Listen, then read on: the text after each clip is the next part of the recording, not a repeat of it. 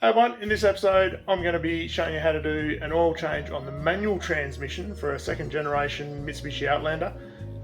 This one's got 2.4 litre inline 4 and it's a 2010 model, so let's get into it. When it comes to manual transmission, guys, so under the front here, you'll find at the front there's our fill plug, and just on the left hand side of the car there's our drain right there. Now the drain's we may have to remove this plastic under tray. That oil is just gonna spill out and hit that and make an awful mess, so we might rip all that off first, I think. So let's get into that. I guess before I go too much further, I was just gonna say it's a 24mm, but my socket is a little bit long, so I might have to go for the L ring spanner. 24 doesn't really sit all that nice on it, so 15/16 is a little bit loose as well. Yeah, this could be fun. Probably never been out in its life. So with any fill plug, always get that out before draining. So this was a bit of a nightmare because there's not much depth, so it was pretty tight. So I just used the small short extension. You can use a straight one if you like, but I just had the flexible on hand, so we'll just make sure that that comes out all right, which it does, and we'll get the drain bung out. Alright, in order to get this bit of the under tray off, there is just one 10mm bolt just here, so that's easy enough to get if you haven't lost your 10mm socket, which most people seem to. And then there's just these little I don't know what you call them, like a compression clip or something stupid, I don't know. Generally pretty easy to get out. 3 of those down that one side, one at the back here. There's another 2 here, but who knows if this one's missing some or not. So that little bit of tray removed,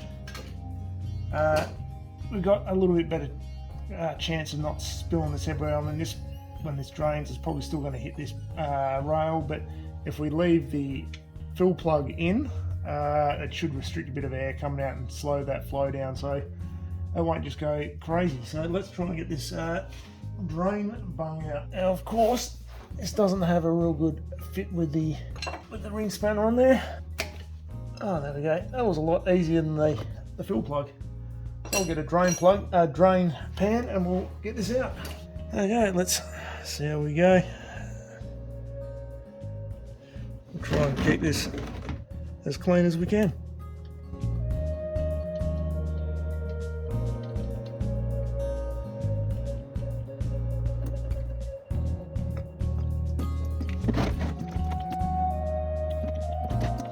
The unit only contains about 2.5 litres, so it shouldn't be too bad. It's still kind of spilling oil a bit everywhere, but I'm restricting the flow a bit.